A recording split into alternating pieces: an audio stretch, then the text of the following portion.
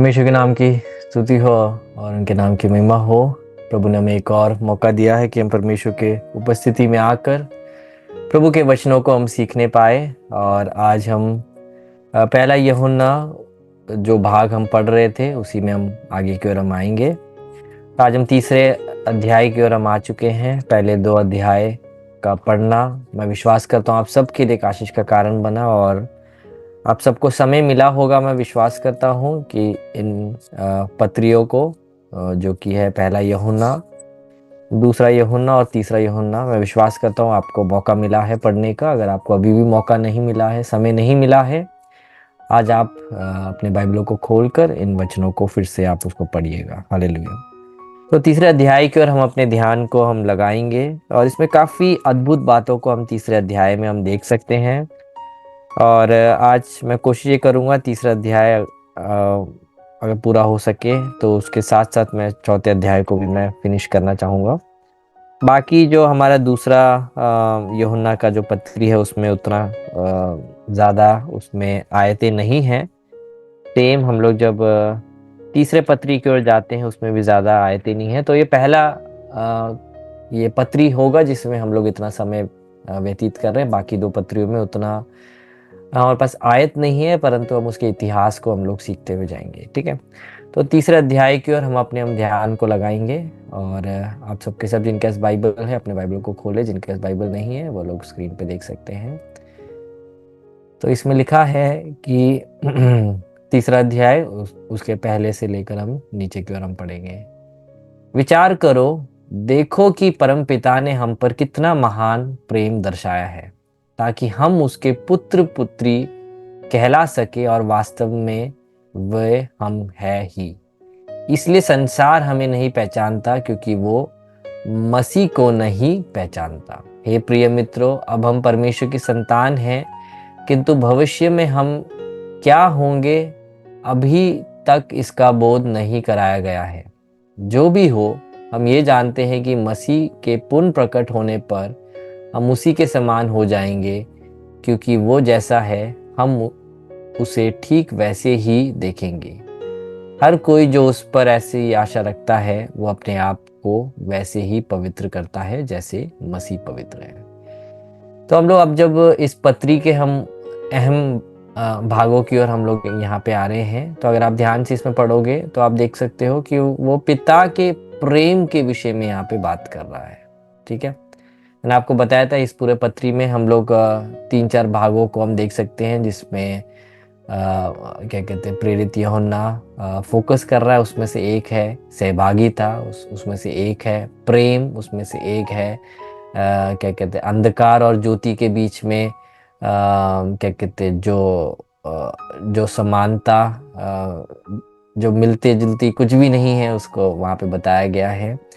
और ऐसे ही एक थीम है जिसको वो फोकस करता है, वो है परमेश्वर का प्रेम। तो यहाँ पे बता रहा है कि देखो परमेश्वर ने हमारे पर कितना बड़ा प्रेम करा है कि हम आज परमेश्वर की संतान कहलाए जाते हैं। हालेलुया। है ना, हम लोग अलग अलग जगहों में हमारी परवरिश हुई, हमारे अलग अलग माता पिता हैं, है ना, परंतु प्रभु का देखो कार्य देखो। आज आज हम लोग परमेश्वर की हम संतान, हम कहलाने का अधिकार, है ना, हमें परमेश्वर ने हमें दिया है। और यहाँ पे जो शब्द इस्तेमाल किया गया है जो हिंदी बाइबल जो मैं पढ़ रहा हूँ उसमें लिखा है, देखो पिता ने हमसे कैसा प्रेम किया है कि हम परमेश्वर की संतान कहलाए। है ना, तो परमेश्वर ने कैसा प्रेम किया है, बहुत अनोखा और बहुत बड़ा एक प्रेम प्रभु ने हमारे साथ करा है ना। और इस प्रेम के खातिर, इस प्रेम के वजह से आप और मैं आज परमेश्वर की संतान कहलाए जाते हैं। है ना, तो ये हमारे मसीह जीवन का एक ऐसा एक भाग है जिसमें से हम कभी भी अपने ध्यान को हटा नहीं सकते कि परमेश्वर ने हमारे पर करुणा कर कर हमें अपने बच्चों के रूप में हमें परमेश्वर ने बनाया है। ठीक है, अब उसके बाद लिखा है कि इसलिए संसार हमें नहीं पहचानता क्योंकि वो मसीह को नहीं पहचानता। है ना, तो अगर आप में से अगर हर कोई व्यक्ति अगर चाहता है भाई कि मुझे संसार क्यों नहीं पहचान रहा, है ना, मुझे लोग मान्यता क्यों नहीं दे रहे हैं, मैं आपको बताना चाहता हूँ कि बाइबल एक ही लफ्ज़ में उसको हमारे सामने रखता है क्योंकि ये संसार परमेश्वर को नहीं पहचानता, उसलिए हमको भी नहीं पहचानता, क्योंकि हम परमेश्वर के लोग हैं। ठीक है। उसके बाद दूसरे आयत में लिखा है कि अब हम परमेश्वर की संतान हैं, किंतु भविष्य में क्या होंगे अभी तक उसका बोध हमारे पास नहीं है। ठीक है। जो भी हो, हम ये जानते हैं कि मसीह के पूर्ण प्रकट होने पर हम उसी के समान हो जाएंगे, क्योंकि वो जैसे हैं हमें उसी ठीक वैसा ही देखेंगे। तो यहाँ पे मैं आपको कुछ बात को मैं आपको रोक कर, स्क्रीन शेयरिंग रोक कर मैं आपको समझाना चाहता हूँ कि मेरे प्रियो, परमेश्वर का जो वो है कार्य है हमारे जीवन में, वो बहुत अद्भुत है ना। बट हमारा जो प्रभु के हम संतान हैं, परंतु हम प्रभु के संतान होने के बावजूद हम में से कितने लोग प्रभु में बने रहेंगे, उसका बहुत बड़ा एक डाउट हमारे हृदय में हमारे सामने परमेश्वर का वचन भी रखता है ना। अंत तक जो धीरज धरेगा है ना, वो ही बचाया जाएगा। तो मेरे प्रियो, यहाँ पे ये वचन हम देखते हैं कि हम परमेश्वर की संतान हैं, परंतु हम क्या आगे जाके बनेंगे हमें नहीं पता, है ना। मतलब स्वर्ग के उस जीवन के विषय में हमें ज्ञान नहीं है ना। प्रभु ने हमें जितना बताया है उतना ही है ना। परंतु एक बात पक्का है, जब यीशु मसीह जब आएंगे तो हम लोग हमारा रूपांतरण हो जाएगा, है ना। हमारे ये नाशवान जो ये शरीर है ना, ये शरीर जिसको आज भी, है ना, बाइबल स्टडी में लेके आने में हमें बहुत दिक्कत हुई, है ना। तो ये शरीर जो प्रभु के साथ बैठना उतना पसंद नहीं करता है ना। परंतु जब प्रभु आएगा तो हमारा शरीर में एक परिवर्तन आ जाएगा और हम बदल जाएंगे। तो ये हमारे लिए बहुत ज़रूरी है इस बात को हमें समझना। ठीक है, कि हमें काफ़ी बातें हमें अनंत काल के उस जीवन के बारे में नहीं पता, बट जो बातें हमें पता है उसमें हमें दृढ़ रहना हमें चाहिए। जो बातें हमें बाइबल हमें बता रही है, जो हमें इंफॉर्मेशन बाइबल दे रहा है, उसके ऊपर हमें स्थिर रहना चाहिए। ठीक है। और इसमें लिखा है, अभी हम देखते हैं तीसरा आयत, और जो कोई उस पर ही आशा रखता है वो अपने आप को वैसे ही पवित्र करता है जैसे वो पवित्र है ना। ये वचन बहुत ही एक इम्पॉर्टेंट एक वचन है। इसमें लिखा है कि यीशु जब आएगा तो हम यीशु के समान हो जाएंगे।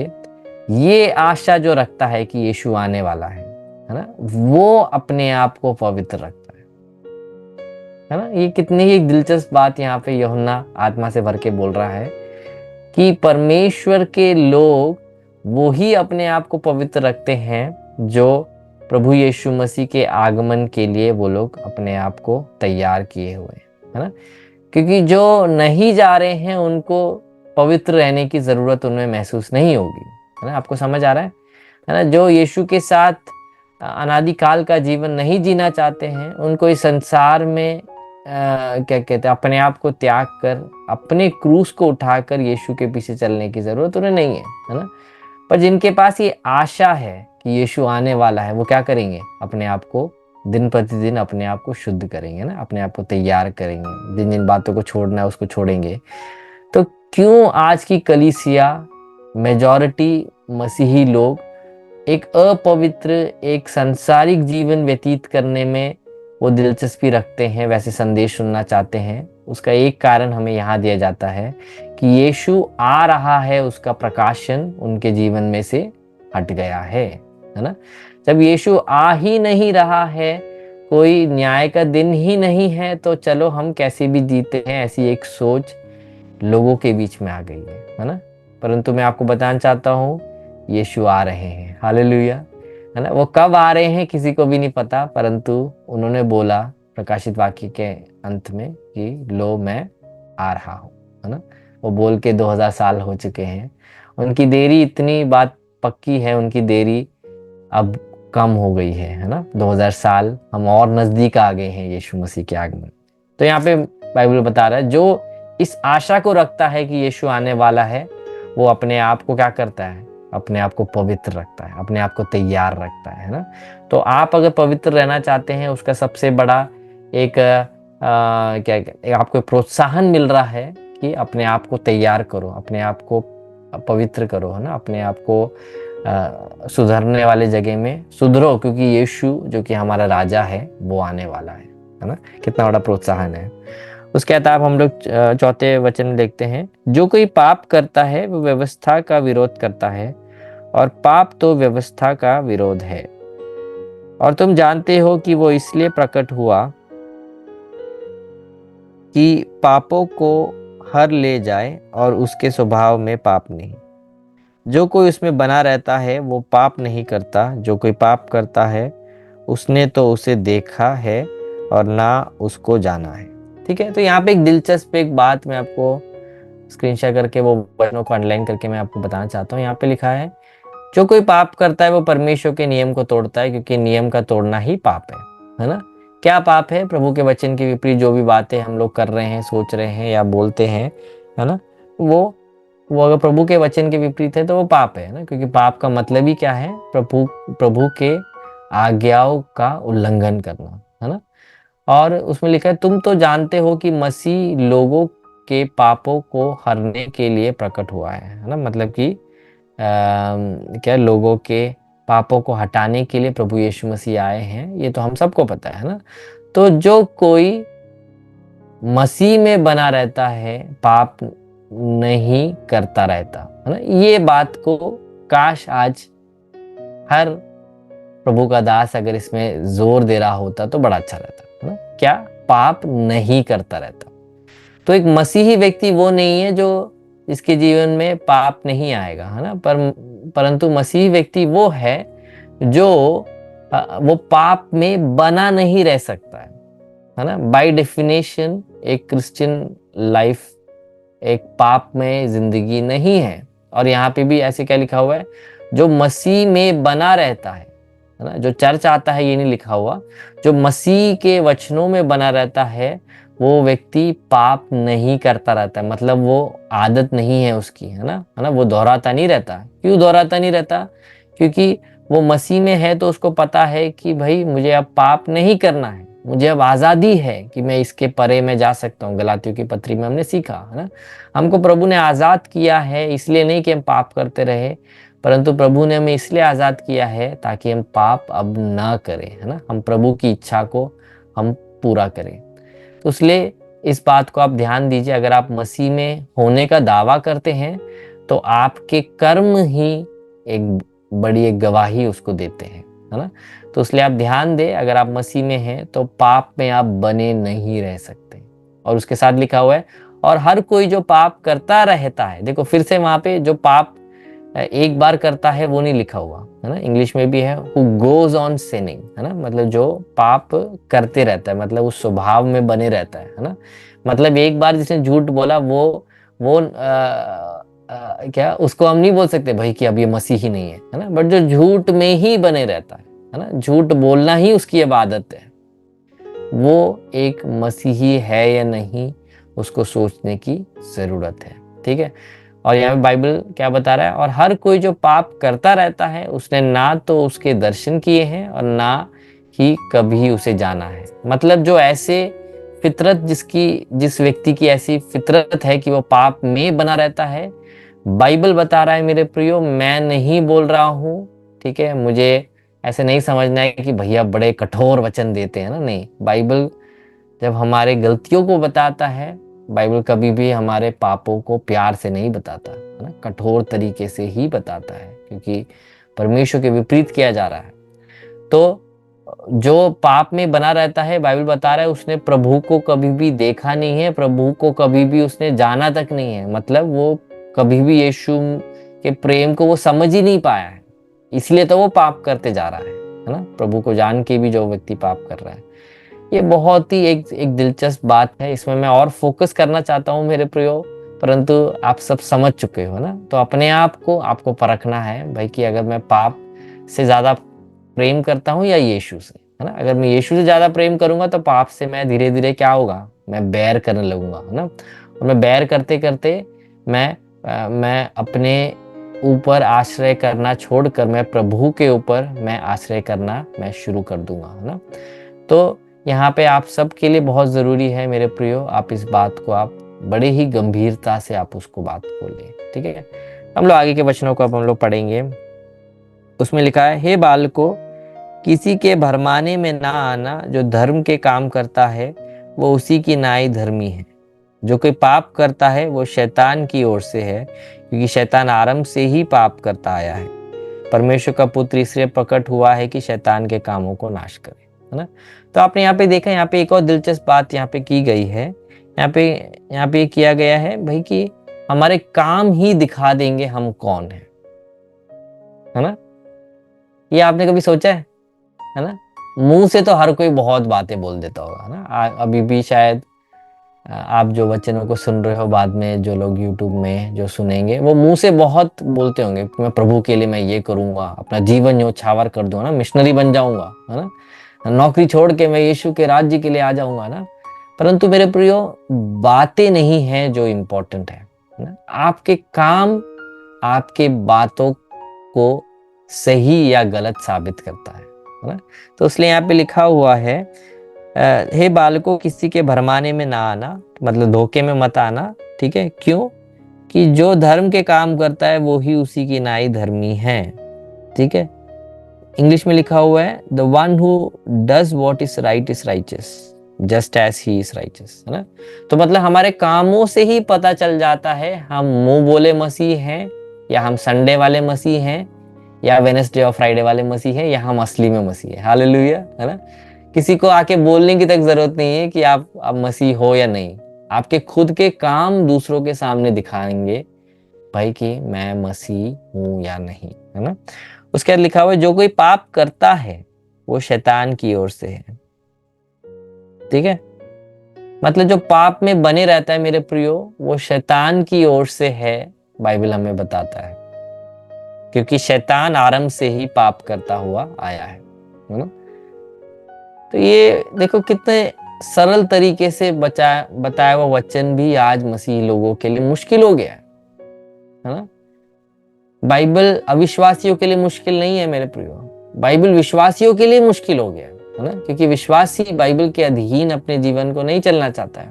परंतु बाइबल आज भी सरल तरीके से क्या बता रहा है कि जो पाप में बना रहता है ना, वो शैतान की ओर से है वो व्यक्ति, है ना। क्योंकि अब वो प्रभु के ऊपर भरोसा कर कर अपने पाप में शरीर के ऊपर विजय नहीं प्राप्त कर रहा वो, है ना। परंतु अपने शरीर के अधीन होकर प्रभु के विपरीत वो कार्य को वो कर रहा है।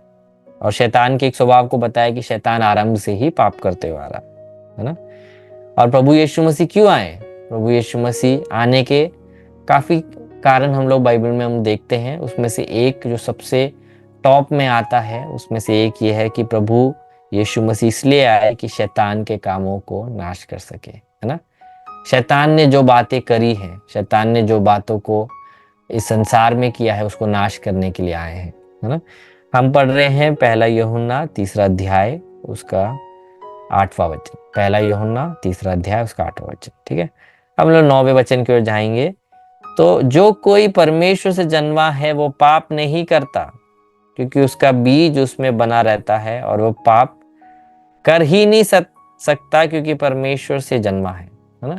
इस वचन को मैं आपके और मैं ध्यान आपके लिए कहना चाहता हूं कि जब प्रभु में बना रहता है वो पाप कर ही नहीं सकता। उसका क्या मतलब है कि वो विलफुल सिन में एंगेज नहीं हो सकता। विलफुल सिन क्या है कि अपने पूरे मन तन और अपने पूरे दिमाग से वो एक पाप में इन्वॉल्व नहीं हो सकता, क्योंकि उसको चुभन महसूस होगी। पवित्र आत्मा उसको पाप का बोध देंगे, है ना। पवित्र आत्मा उसको चेतावनी देंगे, उसको सावधान रहने के लिए बोलेंगे, भाई तू बेटा तू इस मार्ग में मत जा, तू इसमें गिर जाएगा, है ना। तो यहाँ पे उस बात को समझाया जा रहा है कि जो प्रभु का वचन जिसमें बना हुआ है, या प्रभु का बीज है ना, यहाँ पे प्रभु का बीज जो बोला जा रहा है वो वचन के लिए बोला जा रहा है ना। तो प्रभु का वचन जिस व्यक्ति के अंदर है वो पाप कर ही नहीं सकता है। का क्या मतलब है कि वो पाप में वो बने नहीं रह सकता, है ना, क्योंकि प्रभु का वचन उसको बोध दे रहा है ना। तो इससे काफी लोगों ने ऐसा सोच लिया कि जो प्रभु में है वो लोग कभी भी नहीं कर सकते। एक सिनलेस परफेक्शन का एक गलत अंडरस्टैंडिंग लोगों के मन में आ गया भाई कि एक समय ऐसा आता है मसीह जीवन में है कि जहाँ पे हम ऊपर जाते जाते एक ऐसा एक समय आता है जहाँ पे हम में से कोई भी पाप नहीं करेगा। ऐसा एक सिचुएशन, है ना। मेरे को इस संसार में ऐसा एक सिचुएशन हमारा नहीं आ सकता है, क्योंकि बाइबल खुद ही बताता है कि ये शरीर पाप में है ना। परंतु पाप में बने रहने के विषय में है जो बाइबल बताता है। पाप से मुंह मोड़कर प्रभु के मार्ग में चलने के विषय में बाइबल बताता है ना। तो इसलिए आपको ये बात समझना है, अगर आपके अंदर वचन है तो ये वचन आपको खराई के मार्ग में चलने के लिए आपको मदद करेगा, है ना। परंतु एक समय जब आपके ऐसा आ ही नहीं सकता कि ऐसा कोई पाप वाली कोई चीज आपके पास भी नहीं आएंगी, है ना, दूर चले जाएगी, ऐसा कभी भी नहीं हो सकता है, क्योंकि हम इस पाप में शरीर में हैं, इस पाप में संसार में हैं, हमारे चारों ओर पाप ही पाप है ना। तो यहाँ पे जैसे इस बात को फोकस कर रहे हैं कि जो जिसके अंदर वचन है वो पाप में बने नहीं रह सकते, है ना, क्योंकि वचन उसको कन्फ्रंट करेगा ना, वचन उसको बोध देगा ना, वचन उसको हिदायत देगा, भाई कि तू तू प्रभु से दूर जा रहा है ना, इससे दूर हो जा, है ना, ये तेरे नाश के लिए, इससे दूर हो जा, ऐसे चेतावनी परमेश्वर के वचन देगा। उस बारे में यहाँ पे सिखाया जा रहा है कि जिसके अंदर परमेश्वर का बीज है वो पाप कर ही नहीं सकता है, का मतलब यहाँ पे वो है ना, क्योंकि उसका बीज उसमें बना रहता है। अगेन प्रभु का वचन के विषय में बात की जा रही है कि प्रभु का वचन उसके अंदर बना हुआ उस व्यक्ति के अंदर, इसीलिए वो पाप कर ही नहीं सकता, क्योंकि परमेश्वर जन्मा है ना, इसलिए वो पाप में बने नहीं रह सकता है ना। इसलिए वो पाप करने से पहले वो उसके पास एक निर्णय है ना, जैसे हम देखते हैं पुराने नियम में तक वो निर्णय हम देखते हैं हर एक के पास था, चाहे वो एदेन की वाटिका में हो, चाहे वो केन और हाबिल के बीच में हो, चाहे वो यूसुफ के पास हो, सबके पास मौका था कि पाप नहीं करना ना, परंतु सब लोगों ने अपने शारीरिक अभिलाषाओं के अधीन होकर हम देखते हैं काफी सारे लोग उसमें गिर गए, है ना। परंतु हम भी क्या कर सकते हैं, हम भी यूसुफ के समान, है ना। यूसुफ देखो पुराने नियम में था, पुराने नियम में होकर उसने क्या बोला, उस व्यभिचारिणी स्त्री जब उसके पास है उसने क्या बोला, भाई मैं नहीं कर सकता, है ना, मैं ये घंघोर अपराध परमेश्वर के खिलाफ कैसे कर सकता हूं मैं ये, और वो वहां से भाग गया, है ना। आपको मैं बताना चाहता हूँ बाइबल में हर एक पाप के विपरीत खड़े होने के लिए बताया जाता है ना, परंतु जो ये व्यभिचार का पाप है उसके विषय में बाइबल बताता है उससे भागना है। हालेलुया, है ना। व्यभिचार के पाप से लड़ने के लिए नहीं बोला गया, उससे भागने के लिए बोला गया, है ना। चाहे वो तीतुस की किताब में हो, चाहे वो तिमोथी के किताब में हो, लिखा हुआ है फ्ली फ्रॉम सेक्सुअल इमोरलिटी, है ना, व्यभिचार से भागो। व्यभिचार के उस अवसर में खड़े होके प्रार्थना करके उसको, है ना, डांटो मत, बस निकल जाओ भाई वहां से, है ना, भागो। इसलिए हम देखते हैं अगर आज की 21वीं सदी का, है ना, यूट्यूब में अपनी मसीहत डूलने वाला, है ना, बाइबल गलती से भी नहीं खोलने वाला अगर यूसुफ होता, ठीक है, तो वो क्या करता, वो पोतीफर की बीवी के सर के ऊपर हाथ रख के प्रार्थना करता रहता, है ना, यीशु के नाम पे तो डांटता हूं, है ना, व्यभिचार की दुष्ट आत्मा बाहर आ जा, है ना। परंतु उसको पुराने नियम में भी उसको बोध था भाई कि उसका शरीर पाप में गिर सकता है ना, इसलिए उसने क्या करा, तुरंत वहां से भाग गया। वो भागते वक्त उसने जो ओढ़ रखा था, है ना, जो शॉल जैसा एक चीज था, वो उसके पास रह गया और वो उसका कारण बना उसे जेल जाने का, है ना। तो मेरे प्रियो, आप लोग भी जो व्यभिचार के विपरीत अपने क्या कहते हैं मोर्चे को आपने कसा हुआ है, मैं आपको बताना चाहता हूं कि मोर्चे को कसना ही नहीं, ऐसे परिस्थितियों से भाग जाना है ना। आज मसीही व्यक्ति बैठकर अन्य भाषाएं बोल सकता है ना, शैतान को डांट सकता है, परंतु वो यूट्यूब में वीडियो स्वाइप नहीं कर सकता, है ना। आपको समझ आ रहा है ना। मेरे प्रियो, दूर भाग जाओ, ऐसे परिस्थितियों से दूर भाग जाओ, ऐसे लोगों से दूर भाग जाओ जो आपको व्यभिचार में गिरा सकते हैं। ऐसे अवसर में ही अपने आप को गिरने मत दो, बट अगर गिरने की अवस्था आ गई तो भागो वहां से, है ना। तो जैसे इस बात को मैं बताना चाहता हूं कि जो परमेश्वर से जन्मा है, जो प्रभु के वचनों से जन्मा है, प्रभु के वचनों बना रहा है, उसकी इच्छा, है ना, उसको जो बातें प्रसन्नता लाती है वो प्रभु के वचनों को मनन करना, है ना, प्रभु के साथ बने रहना, ना प्रभु के पीछे चलना, ये बातें हैं उसको मनन, उसको प्रसन्नता लेके आती है। इसलिए वो पाप से दूर रहता है, वो पाप से बैर करता है, वो पाप की राह में नहीं चलता है ना। और अगर पाप ऐसे व्यक्ति से हो भी जाता है, हमने शुरुआत की आयतों में क्या पढ़ा था कि हमारे पास एक अगवा है, हमारे पास एक बिछुआ है, हमारे पास एक एडवोकेट है, मसीह, और उसका लहू हमें सारे पापों से शुद्ध करता है। हालेलुया। तो इसलिए मेरे प्रियो, पाप हो जाना और पाप में बने रहना दोनों अलग बात है ना। तो इसलिए पहली बार जब झूठ बोला होगा बहुत बुरा लगा होगा, है ना, मैंने अपने मसीह भाई से कैसे झूठ बोल दिया, है ना। दूसरे बार जब झूठ बोला तो अब क्या है, अब लग रहा है यार अच्छे बात के लिए तो झूठ बोला है ना। तीसरे बार जब बोला तो अब वो झूठ के वजह से फायदा भी हो गया। अब महीनों हो गए झूठ की राह में ही बने हुए। मेरे प्रियो, ऐसी जो फितरत जिनकी बन जाती है ना, झूठी भविष्यवाणी, है ना। कितने कितने भाई बहन लोग हैं, वो क्या करते हैं, वो अपने बातों को बोलते हैं प्रभु ने मुझसे बोला है ना। वो 100 बातें प्रभु ने मुझसे बोला है बोलते हैं, एक तो सच हो जाएगा ना मेरे प्रियो, है ना, उसको हम बोलते हैं तुक्का, है ना। एक तो तुक्का लग जाएगा तो व्यक्ति क्या लगेगा, भाई मैंने 100 बोला, एटलीस्ट एक तो हुआ ना। परंतु मेरे प्रियो, ऐसे झूठ बोलने में, ऐसे व्यभिचार की अवस्था में, है ना, ऐसे ऐसे जो शरीर के कामों में जो बने रहता है ना, गलातियों की पत्री में पौलुस क्लियरली लिख रहा है, ऐसे ऐसे कामों में बने रहने वाले लोग स्वर्ग नहीं जाएंगे, है ना। तो ये हम सब के लिए एक रिमाइंडर है मेरे प्रियो, पाप हो जाना और पाप में बने रहना दोनों में बहुत फर्क है। तो आज अपने आप को हमें परखना है, क्या मैं पाप की कोई आदत है क्या जिसको मैंने अपनी आदत बना दी है ना। एक्चुअल में वो पाप है बट मैं उसे अपनी आदत बना चुका हूं।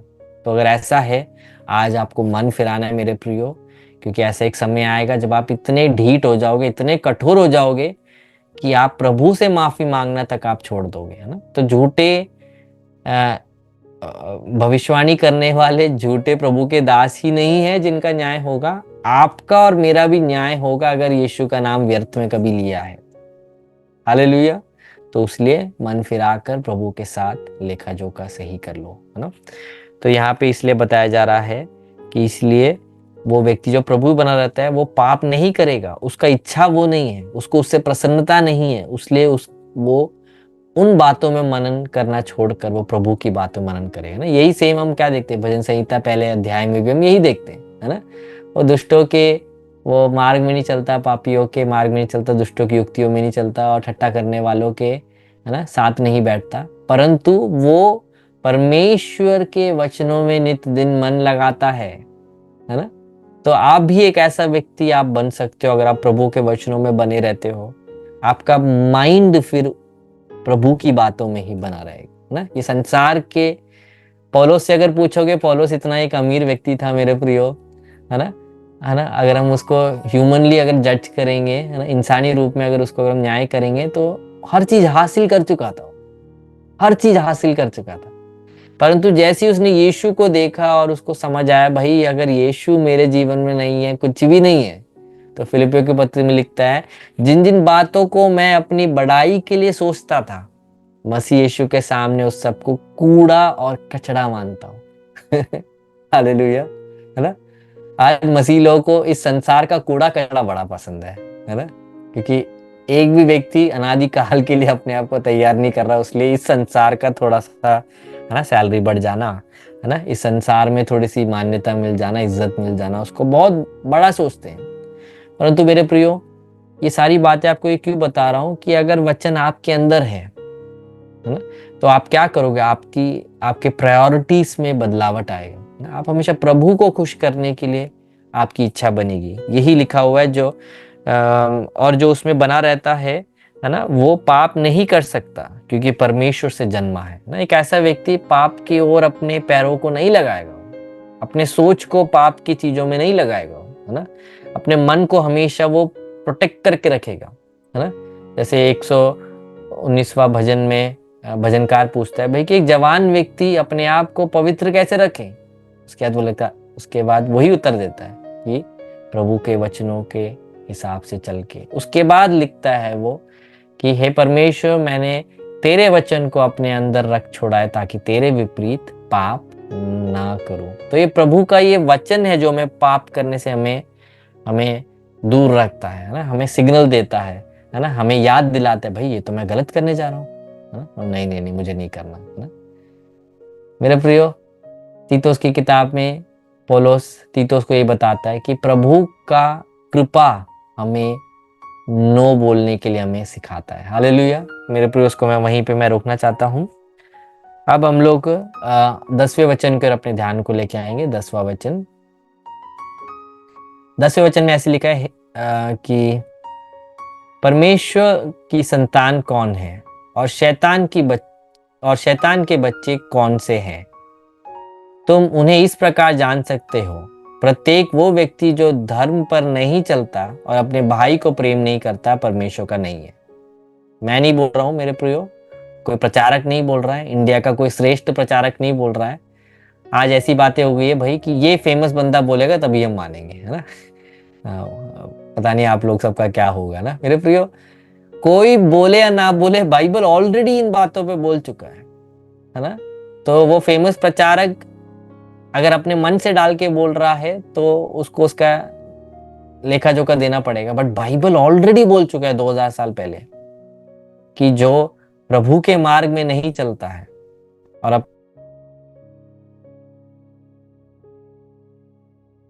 अपने क्या लिखा है, नहीं चलता और अपने भाई को प्रेम नहीं करता परमेश्वर का नहीं है ना। भाई से प्रेम करना ये एक प्रभु के एक बच्चे का एक निशानी है ना। इस टॉपिक में अभी मैं थोड़ी देर में आऊंगा। हम लोग नीचे और वचन को पढ़ते हैं। ये उपदेश तुमने आरंभ से ही सुना है कि हमें परस्पर प्रेम रखना चाहिए, है ना, मतलब आपस में प्रेम रखना चाहिए। हमें केन के जैसे नहीं बनना चाहिए जो उस दुष्टात्मा से संबंधित था और जिसने अपने भाई की हत्या कर दी थी। उसने अपने भाई को भला क्यों मार डाला? उसने इसलिए ऐसा किया, उसके कर्म बुरे थे जबकि उसके भाई के कर्म धार्मिकता के, है ना। हे भाइयों, यदि संसार तुमसे घृणा करता है तो अचरज मत करो। हमें पता है कि हम मृत्यु के पार जीवन में आ पहुंचे हैं क्योंकि हम अपने बंधुओं से प्रेम करते हैं। जो प्रेम नहीं करता वो मृत्यु में स्थित है। प्रत्येक व्यक्ति जो अपने भाई से घृणा करता है हत्यारा है, और तुम तो जानते हो कि कोई हत्यारा अपनी संपत्ति के रूप में अनंत जीवन नहीं रखता। मेरे प्रिय, ये वचन इतने कठोर है ना, बट क्या करें, प्रभु के वचन जब ऐसे ही हमारे पास लिखे गए हैं तो हमें पढ़ना पड़ता है। तो यहाँ पे आप यहाँ पे 2-3 चीजों को देख सकते हो। पहला, फर्स्ट यहाँ पे लिखा है कि हमें पहले से ही बताया गया था आपस में प्रेम रखो, है ना। तो प्रभु के जो लोग हैं अगर वो आपस में प्रेम नहीं रखते, वो प्रभु के लोग कैसे हो सकते, है ना। छोटी छोटी बातों में जब, है ना, लड़ाई झगड़े करके लोग आपस में बैर करके बैठे, मेरे प्रिय, वो प्रभु के लोग कैसे हो सकते। यीशु ने खुद अपने चेलों से यूहन्ना की किताब में क्या बोला कि इस बात से संसार जान जाएंगे कि तुम मेरे शिष्य हो। किस बात से? यदि तुम आपस में प्रेम में रहोगे तो। हालेलुया, है ना। आज हम लोग कैसे जानते हैं लोग हमें जाने हम यीशु के लोग हैं? भाई हम संडे जाते हैं, है ना, बाइबल लेके जाते हैं, है ना, व्हाइट शर्ट पहनते हैं, है ना, मीटिंग में जुड़ते हैं, है ना, व्हाट्सएप स्टेटस डालते हैं, जीसस लव्स यू। बट यीशु बोल रहा है ये सब नहीं है जिससे संसार जानता है। संसार जानेगा जब तुम आपस में प्रेम रखोगे, है ना। तुम्हारी एकता को देख के संसार बोलेंगे भाई ये परमेश्वर के लोग हैं, है ना। अब उसके बाद देखो, केन और हाबेल का यहाँ पे उदाहरण लिखा गया है। केन ने क्यों हाबेल को मार दिया? बाइबल बताता है क्योंकि केन के काम बुरे थे, है ना, और हाबेल के सही थे। तो जो बुराई के मार्ग में चलता है वो हमेशा सीधाई के मार्ग में चलने वाले से नफरत करता है ना। हे भाइयों, यदि तुमसे संसार घृणा करता है तो अचरज मत करो। हमें पता है कि हम मृत्यु के पार जीवन में आ पहुंचे हैं क्योंकि हम बंधुओं से प्रेम करते हैं। जो प्रेम नहीं करता वो मृत्यु स्थित है। मेरे प्रियो, मैं उसको वहीं पे रोकना चाहता हूँ। एक सेकंड के लिए आपके ध्यान को केंद्रित करना चाहता हूँ। केन और हाबेल के उस एपिसोड में भेंट को लेके पंगा होता है वहां पे, है ना, आप सबको पता है। बट वो ऐसा कोई विषय नहीं है जिसके लिए हत्या होनी चाहिए, है ना। आप में से कितने लोगों को लगता है, चैट में जरा बताइए, है ना भाई, कि प्रभु ने हाबेल के उस आराधना को ग्रहण कर लिया भाई, है ना, और हाबेल के नहीं करा, इसलिए भाई ये तो बहुत बड़ा विषय है। ये उतना बड़ा विषय नहीं होना चाहिए, है ना। एक विषय होना चाहिए कि केन प्रभु के सामने सीधे हो, उसका एक कारण होना चाहिए कि उसको प्रभु ने एक्सेप्ट नहीं करा। उसमें लिखा है कि केन और उसके बलिदान पे प्रभु ने क्या प्रसन्नता नहीं जताई, है ना। और आबेल के विषय में लिखा है आबेल के आराधना और आबेल दोनों में प्रभु प्रसन्न थे। तो इसलिए मैं आज आपको बताना चाहता हूँ, जो लोग पैसा पैसा पैसा करके अपने जीवन में घूम रहे हैं और उनको लग रहा है भाई कि प्रभु को तो मैं सिर्फ पैसे दे दूंगा प्रभु खुश हो जाएंगे, नहीं, प्रभु आपके जीवन से भी खुश होना चाहते हैं, है ना। आपके पारिवारिक जीवन से भी प्रभु खुश होना चाहते हैं, क्योंकि प्रभु की इच्छा है कि आप जहां कहीं भी हो प्रभु के लिए गवाह बनना है। तो यहाँ पे केन ने हाबेल को इसलिए मार दिया क्योंकि आबेल सीधे मार्ग में चल रहा था, है ना। आज भी झूठे मसीही सच्चे मसीही के खिलाफ क्यों है मेरे प्रियो? क्योंकि वो लोग झूठे हैं, है ना, वो चल नहीं पा रहे, है ना। तो जो चल रहे हैं उनसे उनको नफरत हो रही है ना। ये एक सेम पैटर्न आप देख सकते हो सॉल और दाऊद के बीच में, है ना। जैसे ही सॉल परमेश्वर की आत्मा उसके जिंदगी से हट गया और दुष्ट आत्मा उसके जीवन में आ गया और उसने देखा कि अब परमेश्वर का आत्मा दाऊद में बसता है और लोग उसके गुणगान कर रहे हैं, उसके अंदर जेलसी आ गया, है ना, और वो तुरंत उसका दुश्मन बन गया, है ना। यही सेम पैटर्न है, आपको जैसे याद दिलाने के लिए बता रहा हूं कि उसलिए ये नफरत की भावना मृत्यु की ओर लेके गई दुनिया के सबसे पहले वर्शिप सेशन में, है ना। स्वर्ग में जो वर्शिप सेशन हो रहा है उसके बारे में बात नहीं कर रहा मैं, पृथ्वी के वर्शिप सेशन की बात कर रहा हूँ ना। वर्शिप के बाद एक मृत्यु हो गई, बट उसका कारण क्या था? एक व्यक्ति सही वर्शिप नहीं कर रहा था, वो व्यक्ति ही ठीक नहीं था, और बाइबल बताता है कि वो अधर्म में चल रहा था, है ना, क्योंकि इस कारण कि उसके काम बुरे थे और उसके भाई के काम धर्म के थे, इसलिए उसने उसको मार दिया। उसके बाद लिखा हुआ है,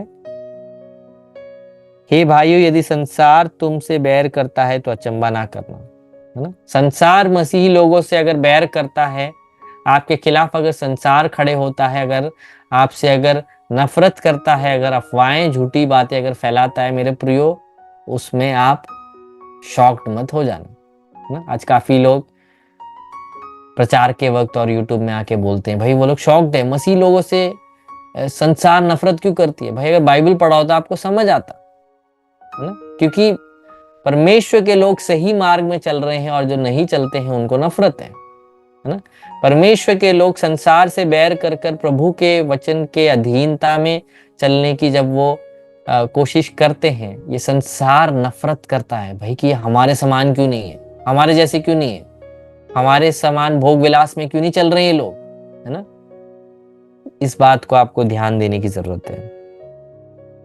हम जानते हैं कि हम मृत्यु से पार होकर जीवन में पहुंचे, है ना। हम में से हर एक व्यक्ति, एफिसियंस 2:1 में लिखा है, हम सब पाप और अधर्म में मरे हुए थे, हम सब के सब, परंतु प्रभु ने हमारे पर दया कर कर अपने जीवन को हमारे पर फूका, हमारे पर तरस खाया, मेरे प्रियो, है ना।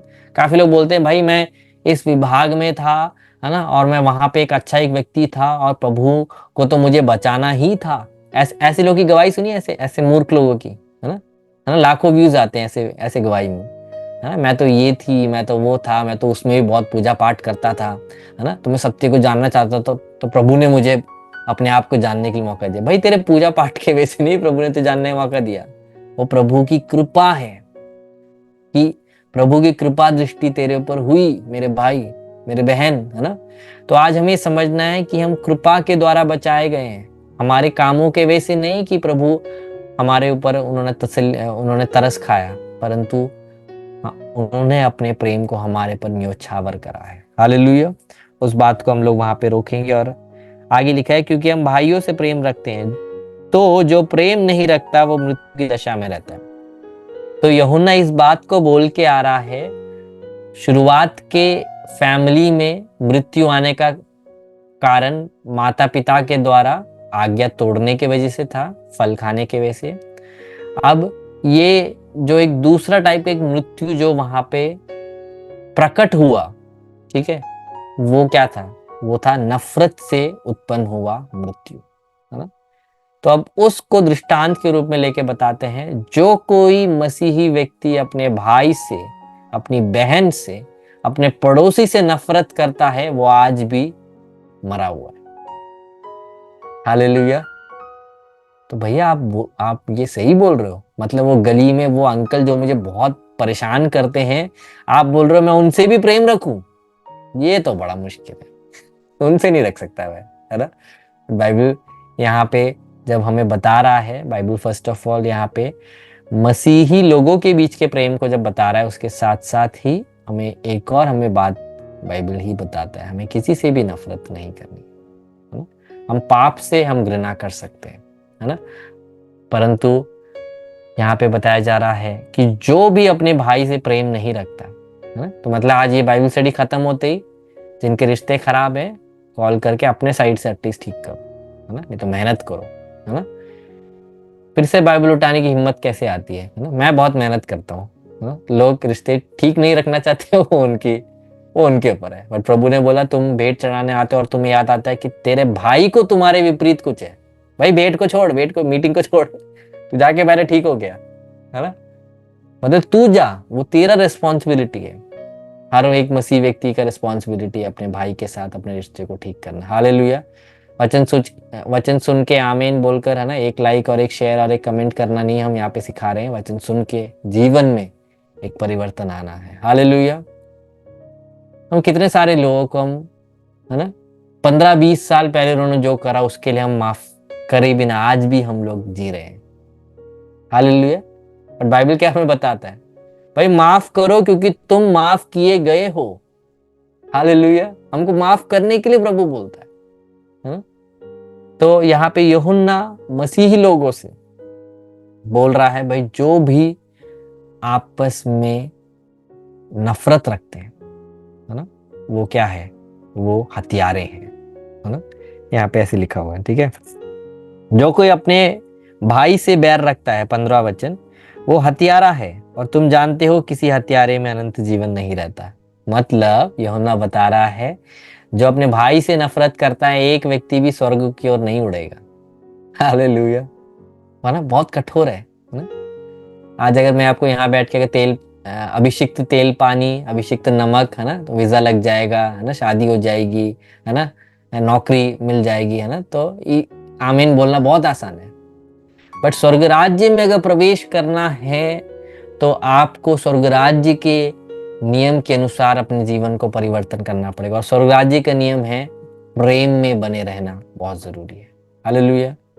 नफरत हम नहीं कर सकते हैं। हालेलुया।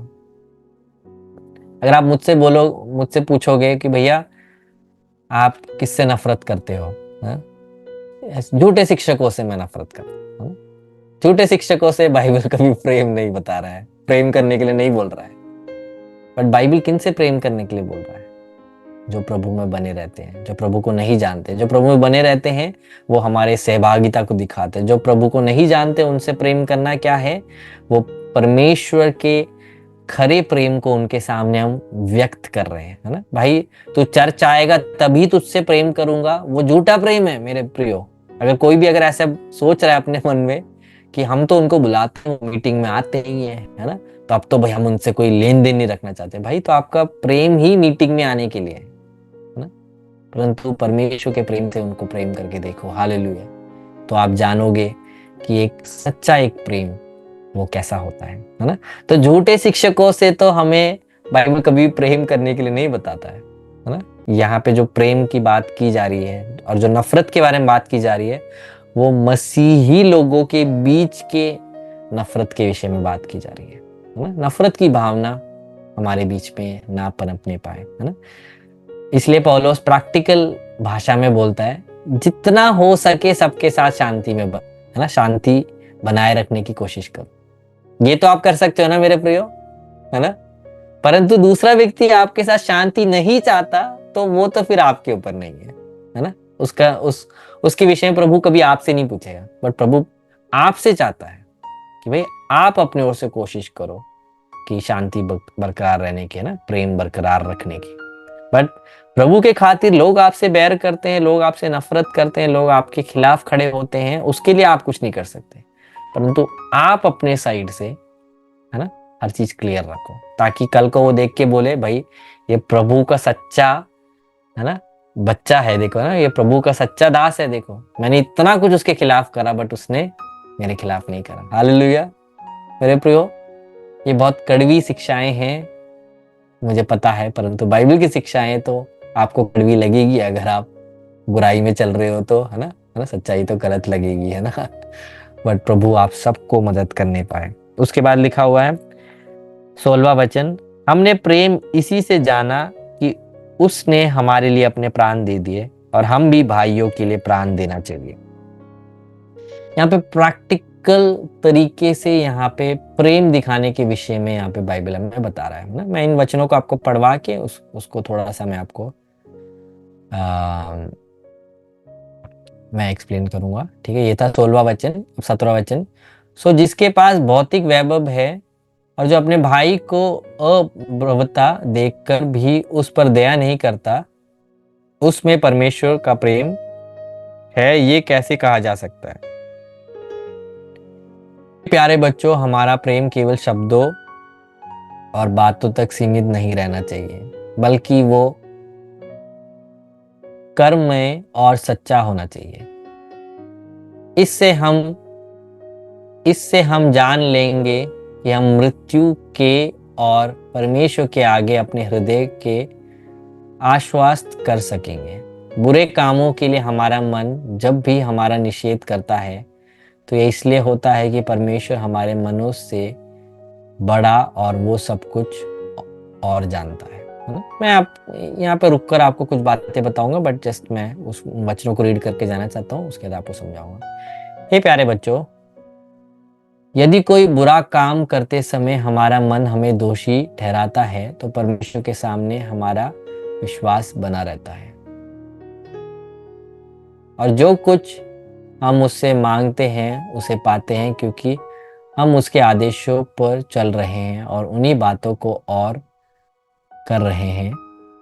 उसका आदेश है कि हम उसके पुत्र यीशु मसीह के नाम से विश्वास रखें तथा जैसे कि उसने हमें आदेश दिया है हम एक दूसरे से प्रेम करें। जो उसके आदेशों का पालन करता है वो उसी में बना रहता है और उसमें परमेश्वर का निवास रहता है। इस प्रकार उस आत्मा के द्वारा जिसे परमेश्वर ने हमें दिया है हम जानते हैं कि हमारे भीतर परमेश्वर निवास करता है ना। अब यहाँ पे जो लोग जुड़ रहे हैं जो मसीही और या मैं बोलूं पेंतिकोस होने का बड़ा घमंड मारते हैं, आप लोगों के लिए थोड़े से मैं उपदेश बाइबल से देना चाहता हूँ ना। हम पेंतिकोस लोग हैं भाई, हम लोग तो इतना दूसरों को बोलते हैं भाई ये गलत कर रहे हैं, वो ये गलत कर रहे हैं, उनके वहां पे ये शिक्षा गलत है, ये गलत है। भाई आप शायद सही बोल रहे होंगे अगर आप वचन से बोल रहे हो, बट मैं आपको एक और बात बताना चाहता हूँ, हम पेंतिकोस लोग सबसे कमजोर है अपने कामों से प्रेम दिखाने में। हालेलुया। कितने लोग उसको अग्री करेंगे, है ना।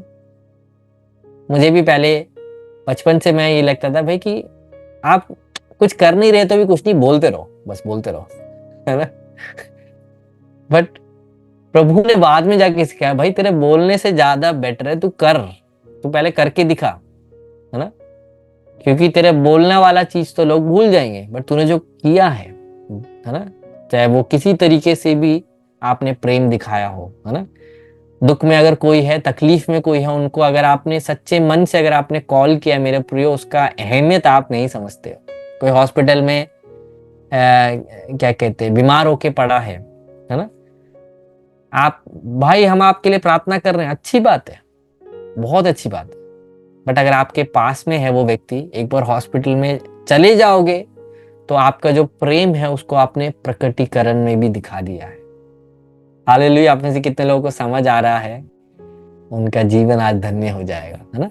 इसलिए यहाँ पे बाइबल बता रहा है भाई हमारा प्रेम सिर्फ बोलने में नहीं होना चाहिए, हमारा प्रेम दिखाने में भी आना चाहिए, ठीक है। सो परमेश्वर का प्रेम, सोचो प्रभु सिर्फ बोल ही रहे होते, हमें से कोई उद्धार पाता, है ना। यूहन्ना 3:16 क्या है, परमेश्वर ने जगत से ऐसा प्रेम किया। अब सोचो परमेश्वर अनादि काल में स्वर्ग में बैठकर अपने आप से अगर बड़बड़ा रहे होते प्रभु कि मैं संसार से प्रेम करता हूँ, मैं संसार से प्रेम करता हूँ, तो मेरे प्रियो उस प्रेम का प्रकटीकरण हमें नहीं दिखता, है ना। परंतु परमेश्वर ने संसार से प्रेम किया और उसने अपने एकलौते पुत्र को दिया, है ना। तो मतलब प्रेम जो हृदय में था उसको व्यक्त भी करा ना। हमारे भारत के समाज में ये बहुत बड़ा प्रॉब्लम है ना, है ना। पिता लोग बच्चों को प्रेम नहीं दिखाते, उनको लगता है भाई कि शक्ति रख के रखना, है ना। माता लोग, है ना, अपने बच्चों को पूर्ण रीति से प्रेम नहीं दिखाते। उसका कारण होता है काफी बार क्या कहते हैं, बच्चों को लगता है कि पेरेंट्स प्रेम नहीं करते, है ना। पर मेरे प्रिय बाइबल से ही हमको शिक्षा मिल रही है कि हमारे पिता परमेश्वर ने जो हमसे प्रेम करा है उन्होंने उसको दिखाया, उन्होंने व्यक्त करा, है ना।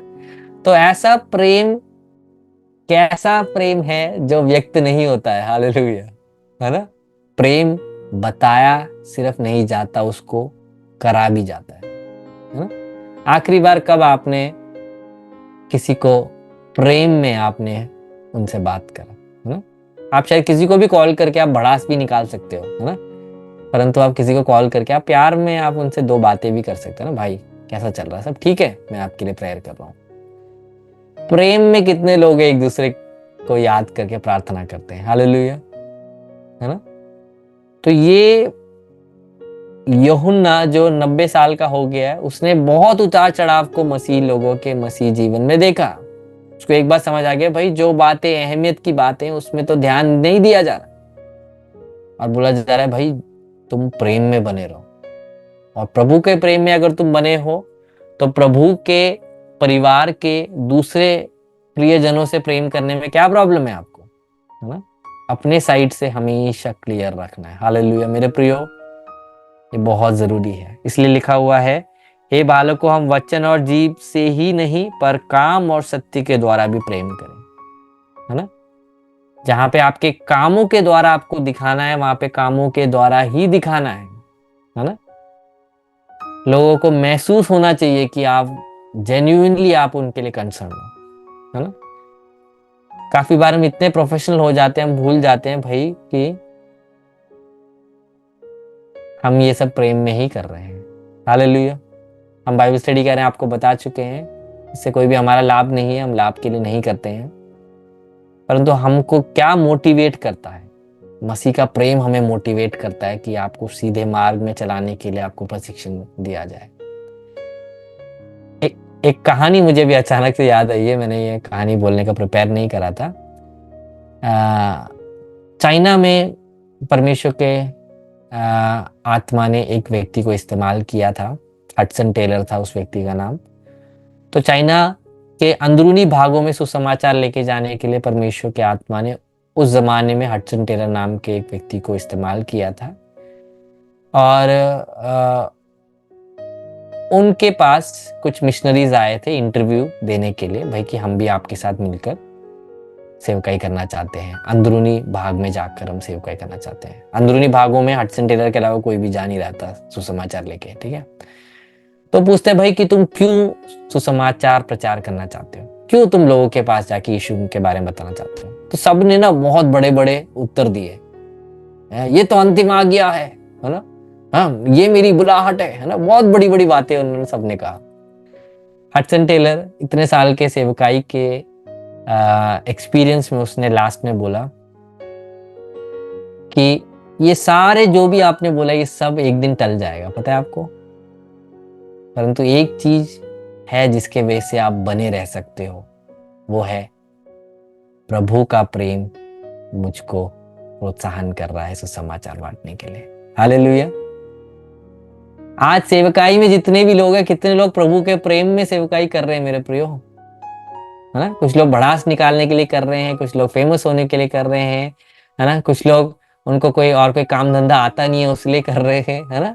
परंतु परमेश्वर का प्रेम है जो हमें इस बात का बोध दे रहा है कि लोगों के पास वचन जाना है ना, और लोग नाश ना हो जाए। लोगों के अनादिकाल के जीवन के विषय में एक बहुत बड़ा एक बोध हमारे अंदर तभी आता है जब परमेश्वर का प्रेम हमारे जीवन से बह रहा होता है। हालेलुया, है ना।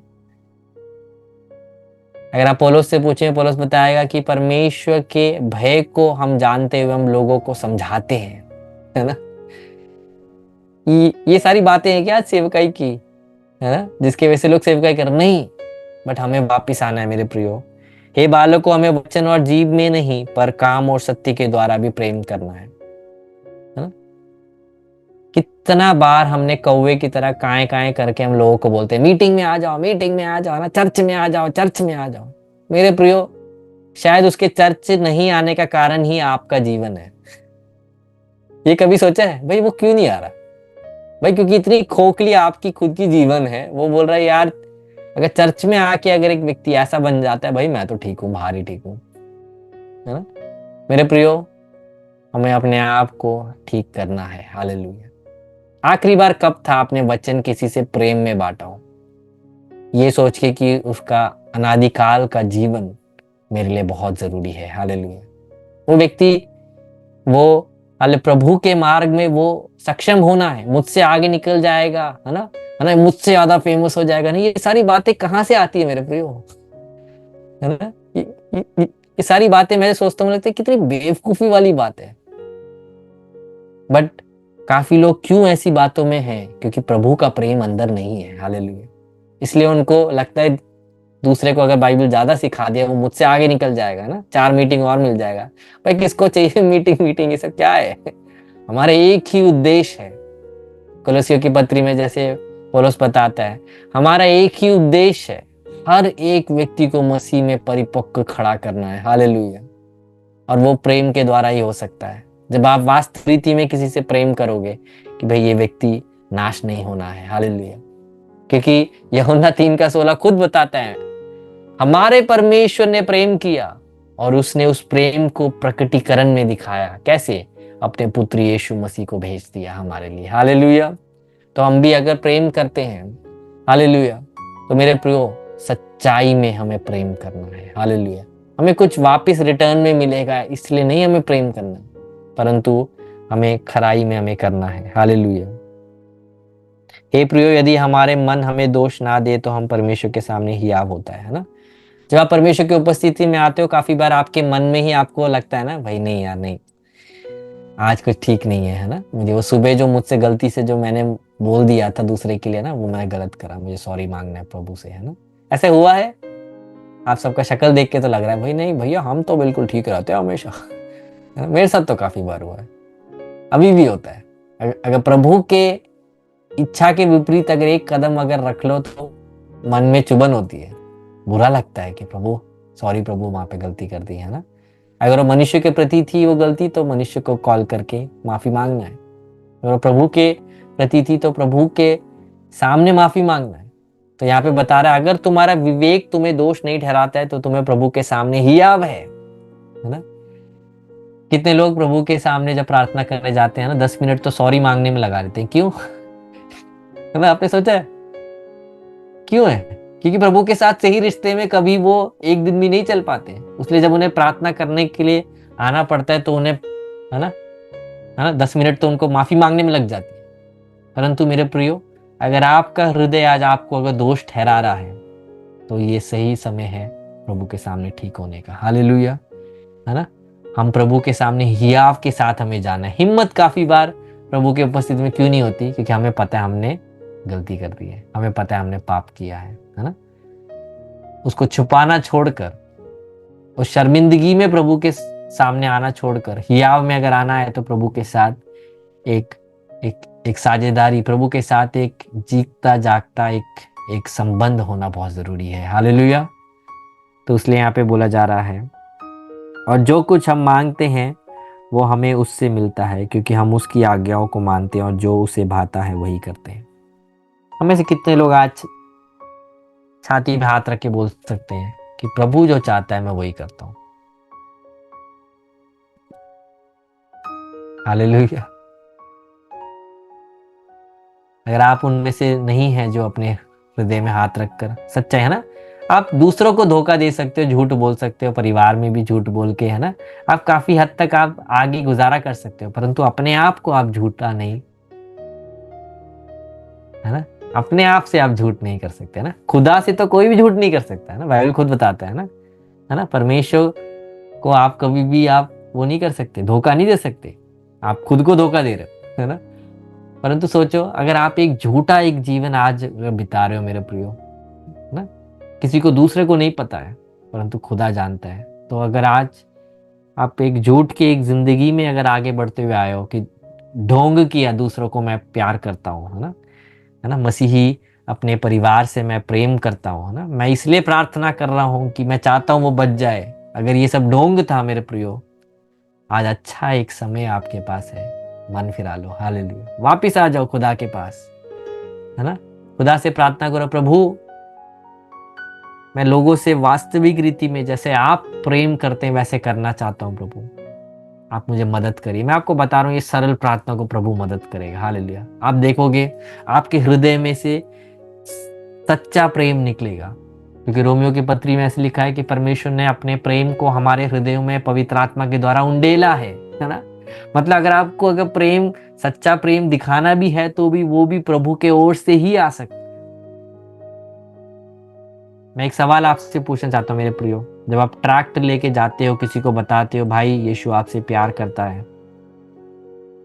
मन फिरा लो, यीशु विश्वास कर लो, अगर वो व्यक्ति विश्वास कर लेता है हम बहुत खुश हो जाते हैं ना। अगर हमारा दोस्त है तो वो हमारा बहुत अलग से एक प्यार आता है। और मैं एक सवाल आपसे पूछना चाहता हूँ, अगर वो व्यक्ति विश्वास ना करे तो आप तब भी उस व्यक्ति से प्रेम कर सकते हो, या नहीं कर सकते तो वो परमेश्वर का प्रेम नहीं है, हालेलुया। आपको समझ आ रहा है मैं क्या बोल रहा हूँ, है ना। अगर आप उनसे इसलिए प्रेम कर रहे थे कि वो आपके सुसमाचार के संदेश को सुन सके, तो मेरे प्रियो वो क्या है, वो लालची प्रेम है ना। सच्चा प्रेम क्या है, सच्चा प्रेम हिसाब नहीं रखता, है ना, गलती का हिसाब नहीं रखता, है ना। मेरे प्रियो एक सच्चा एक प्रेम जब तक आपके हृदय में नहीं आएगा, आपका सेवकाई व्यर्थ है। मैं तो बोल रहा हूँ मसीह जीवन भी व्यर्थ है, वही हमने आज के पूरे अध्याय में पढ़ा ना। अगर आप प्रेम नहीं कर सकते दिखने वाले भाइयों से, तो अनदेखे खुदा से आप कैसे प्रेम कर सकते हो, बाइबल बता रही है, मैं नहीं बोल रहा हूँ। और यहाँ बोला जा रहा है कि अगर हम उसमें बने रहते हैं, और यीशु में बने रहने का अर्थ हमने यूहन्ना की पत्री में क्या पढ़ा था, प्रेम में बने रहना, है ना, अपने भाइयों से प्रेम करना। जो भी काफी घाव हमें ऐसे मिलते हैं मेरे प्रियो, भरना बहुत मुश्किल होता है ना। मेरे जीवन में भी काफी घाव ऐसे मिले हैं जो भरना बहुत मुश्किल है, बट प्रभु का प्रेम है जो हमें मदद करता है, हालेलुया। प्रभु का प्रेम है जो उन घावों को भरता है, अच्छे सामरी की तरह यीशु आके दाखरस और तेल मिलाकर हमारे इस घावों को भरता है, हालेलुया। परंतु निर्णय हमारा है, हम किसी को माफ करें या ना करें, है ना। परंतु काफी बार मैं आपको बताना चाहता हूँ, ये निर्णय हमको गलत राह की ओर लेके जाता है, हमारे अंदर गलत विचारों को लेके आता है, हमारी नफरत लेके आता है, और नफरत काफी बार हमको प्रभु से दूर कर देता है। और नफरत बाइबल में क्या लिखा हुआ है, जो अपने भाई से नफरत करता है वो क्या है, मर्डरर है, वो कातिल है, हत्यारा है वो, है ना।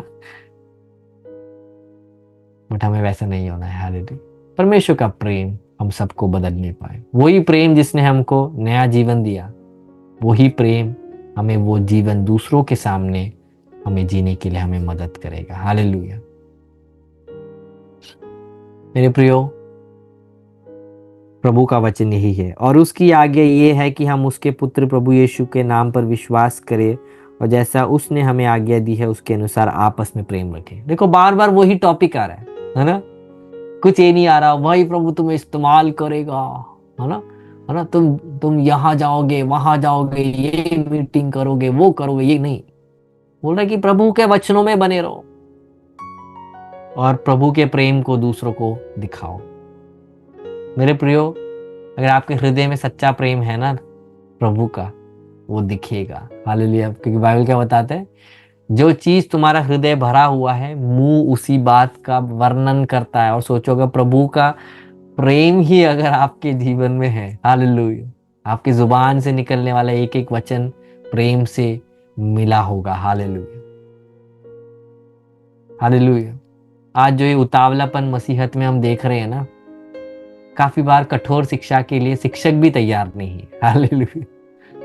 मैं आपको बताना चाहता हूं, परमेश्वर का भय मानना बुद्धि का आरंभ है। हालेलुया। प्रभु के वचनों का आदर हम तब करते हैं जब हम उसमें चलते हैं। हालेलुया। मैं बाइबल को मानता हूँ, है ना। ऐसे काफी लोग मुझे नॉर्थ इंडिया में मिलते थे, भैया हम तो बहुत मानते हैं। भाई मानते हो तो जीवन में आना चाहिए। हालेलुया। आपको मुझे बोलने की तक जरूरत नहीं है, हम तो बाइबल को बहुत मानते हैं, ये बोलने की तक जरूरत नहीं है। आपका जीवन ही एक उदाहरण है, एक नमूना है, एक एक लोगों के सामने एक आईना है। आप चलते हो क्या नहीं प्रभु के साथ। हालेलुया। और जो उस आज्ञाओं को मानता है, 24वां वचन, वो उसमें और वो उनमें बना रहता है। और इसी में अर्थात उस आत्मा से जो उसने हमें दिया है, हम जानते हैं कि हम में बना रहता है। जो आज्ञाओं को मानता है वो यीशु में बना रहता है। हालेलुया। जो आज्ञाओं को नहीं मानता वो हर रिवाइवल मीटिंग में भटक जाता है। वो हर एक यूट्यूब प्रचारक को सुन के इधर उधर, है ना, तो उसका दृष्टिकोण बदलता रहता है। बट जो आज्ञाओं में बना हुआ, वो हर एक प्रचार को वो प्रभु के वचन के आधार पर परखता है। वो हर एक आत्मा को भी परखता है। वो हर एक चीजों को जांचता है। हालेलुया। कुरिन्थ की कलीसिया को पौलुस बताता है, एक आत्मिक व्यक्ति हर एक बातों को जांचता है, परंतु वो खुद वो जांचा नहीं जाता। मतलब वो हर एक बातों को वो ध्यान से, गंभीरता से उन बातों को सुनता है। हालेलुया। आज के जो बच्चे प्रचारक निकल गए हैं, है ना, बाइबल कॉलेज से जो निकल के, उनको लगता है वो संसार को बदल देंगे, उनको लगता है वो शहरों को बदल देंगे। मेरे प्रिय, सबको तो दूर की बात है। आप बदले हो क्या? हालेलुया। आप उस बदलावट के जीवन को आप जी रहे हो क्या? पहले उसको परखते हैं। हालेलुया। पहले उसको जांचो। हालेलुया। क्या मैं प्रभु के प्रेम के अधीनता में मैं आगे बढ़ रहा हूं या नहीं? हालेलुया। अगला जो क्लास है, हम लोग चौथे अध्याय को लेंगे। आज हमारा जो बाइबल स्टडी के क्लास का जो समय है वो यहाँ पे फिनिश होता है। अगला जो है वो बहुत ही इम्पोर्टेंट भाग है, जो अगला जो क्लास में आएगा, ठीक है, जहाँ पे मैं इस चीज को कवर करूंगा जो सबके मन में है कि परमेश्वर प्रेम है ना। क्या परमेश्वर सिर्फ प्रेम है, या परमेश्वर के स्वभाव में से एक भाग है प्रेम, है ना। क्योंकि अगर आज के जो लोग जो सिखाते हैं परमेश्वर प्रेम है, उसको इस तरीके से अब्यूज कर दिया है, लगता है कि परमेश्वर सिर्फ प्रेम से ही भरे हुए, है ना, पवित्र भी नहीं है, न्यायी भी नहीं है, धर्मी भी नहीं है, कुछ भी नहीं है, सिर्फ प्रेम है उनके अंदर, है ना। वो उस एक वचन से आया है जो यहाँ पे हम देखते हैं, है ना, गॉड इज लव। उसको मैं आपको बाइबल के आधार पे पूरे संपूर्ण पवित्र शास्त्र को लेकर मैं आपको समझाऊंगा। एक बैलेंस्ड एक अंडरस्टैंडिंग हमारा बहुत जरूरी है, ठीक है। और आत्माओं को परखने के विषय में चौथे अध्याय में 1 से लेकर 6 तक अब देखते हैं ना। ये अंत के दिन में काफी कुछ चल रहा है। आज जब मैं आपसे बाइबल स्टडी कर रहा हूँ, बैंगलोर नाम के शहर में एक रिवाइवल चल रहा है बोल के बहुत उथल पुथल हो रहा है। आप में से कितने लोगों को पता है ना। परंतु वो समय आ चुका है, रिवाइवल हो या मीटिंग हो या प्रचार हो, जो भी हो, आत्मा वहां पे कौन सी है, कौन से आत्मा वहां पे कार्य कर रहा है, किसको महिमा मिल रहा है, इस सब को परखने की बहुत ज्यादा गंभीरता से बहुत जरूरी है ना। इवन अगर हो सके मैं आपको क्या बाइबल सिखाता है पीछे की ओर गिरने के विषय में, इस सब को मैं आपको अगले क्लास में सिखाऊंगा। बहुत इंटरेस्टिंग एक क्लास होने वाला है। ज़्यादा से ज़्यादा लोगों को आप इनवाइट करें, या जब वीडियो रिकॉर्ड हो जाएगा उनको शेयर करके दीजिए। परमेश्वर के लोग उस बात को समझ नहीं पाए, आत्मा को हम कैसे परखते हैं। क्या कलीसिया के अंदर सिर्फ पवित्र आत्मा है जो आज कार्य कर रहा है, या जैसे पौलुस ने बोला 2 तीमुथियुस 4 अध्याय 1 आयत कि आत्मा स्पष्ट रीति से कह रहा है, कौन? पवित्र आत्मा। अंत के दिन में अनेक लोग झूठ बोलने वाली आत्माएं और शैतान के उपदेशों को मानकर प्रभु से दूर भटक जाएंगे। आज काफी कलीसियाओं में झूठ बोलने वाली आत्मा है जो पवित्र आत्मा के को कॉपी करने की कोशिश कर रहे हैं ना। शैतान हमेशा क्या करता है ना, शैतान क्या करता है, वो कॉपी करता है ना। यीशु मसीह है यहूदा गोत्र का सिंह, है ना, बट ये क्या है, शेर की नाई घूमता है ना, कॉपी कर रहा है वो, है ना। बाइबल क्या बताता है, शैतान अंधकार में है, बट वो क्या करता है, वो एक उजियाले के एक स्वर्गदूत के समान अपना भेष बदल कर आता है ना। वो है लोमड़ी, है ना, परंतु क्या है ना, आपको पता है ना, भेड़ के ऊन को ओढ़ कर आता है ना। तो ये सारी बातों को हम अगली क्लास में सीखेंगे। अभी हम लोग प्रार्थना करते हैं, और मैं आप सबसे रिक्वेस्ट करता हूँ बाइबल को पढ़कर आइए, बहुत ही प्रार्थना के साथ आइए। जो भी वचन सुन रहे हैं आपके जीवन में, मेरे जीवन में, सुनने वालों के जीवन में परिवर्तन का कारण बने। हम लोग प्रार्थना करें। पिता परमेश्वर, प्रभु जी, हम आपका धन्यवाद करते हैं सुंदर अवसर के लिए परमेश्वर, जब हम आपके उपस्थिति में हैं। प्रभु, आप जिन बातों को अहमियत देते हैं परमेश्वर, उसको अहमियत देने के लिए आप आज आपने हमें सिखाया है परमेश्वर, उसको निरंतर उसी में बने रहने के लिए सहायता करें। प्रभु जी, ये संसार परमेश्वर, आज की 21वीं सदी की मसीहत परमेश्वर, परमेश्वर के दास और नाना प्रकार के लोग अनेकों बातों पे परमेश्वर बहुत, हालेलुया परमेश्वर, फोकस कर रहे हैं। प्रभु, हम उन बातों में फोकस करना छोड़कर आप जिस बातों को फोकस कर रहे हैं उसमें ध्यान देकर उसमें आगे बढ़ने के लिए सहायता करें। प्रभु जी, जिन्होंने भी आज वचन सुना, उनके जीवन में एक परिवर्तन आने के लिए परमेश्वर, बदलावट आने के लिए प्रभु जी आप मदद करें। हम आपसे प्रार्थना करते हैं। आपके वचन पर्याप्त है, आपके वचन हम सब के लिए काफ़ी है, उसके लिए हम आपका धन्यवाद करते हैं। प्रभु जी, सारा आदर, सारी महिमा, सारी प्रशंसा आपको देते हैं। प्रार्थना विनती आपके पुत्र यीशु मसीह के नाम पर मांगते हैं, आमीन। सबको जय मसीह की जय।